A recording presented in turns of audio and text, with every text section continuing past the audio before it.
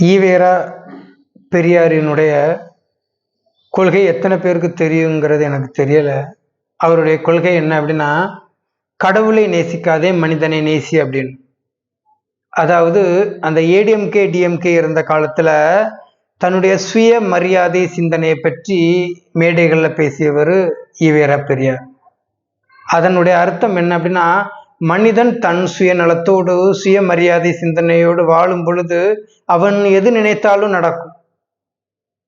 ஆனா இப்ப இருக்கக்கூடிய ஜென்ரேஷன் அடிப்படையில சாமி கும்பிடும் பழக்கம் அலாதி எல்லாரிடத்திலும் இருக்கு. நீங்க சாமி கும்பிடும் பொழுது உங்களுடைய சுயமரியாதை சிந்தனை போயிரும் அப்படின்னு ஈவேரா பெரியார் அந்த காலத்திலே சொல்லிட்டாரு. அப்போ சாமி கும்பிடும் போது உங்களுடைய செல்ஃப் மேனேஜ்மெண்ட் என்ன ஆயிரும்னா லோ ஆயிரும்.